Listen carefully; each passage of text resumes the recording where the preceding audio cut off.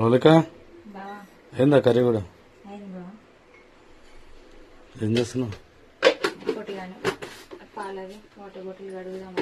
దాంట్లో ఎందుకు ఉప్పు ఎందుకు వేస్తున్నావు? మరి క్రిములు ఉంటే చచ్చిపోతాయి అని అట్లనే చేస్తాను. నేనైతే అట్లనే చేస్తాను.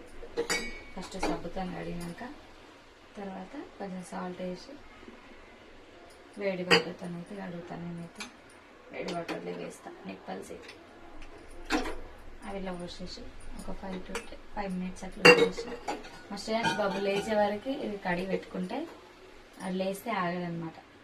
అందుకు వాడు లేవలేదు. ఇంకా లేచే వరకు ఈ పని అయితే కంప్లీట్ చేస్తాను. ఆల్మోస్ట్ గిన్నెలు కూడా అయిపోయింది. ఈరోజు కర్రీ వచ్చేసి అన్ని పండ్లే ఉన్నాయి బావా. పెద్దలు మొత్తం పండ్లే.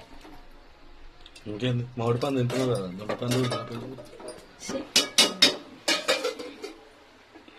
తింటున్నాను.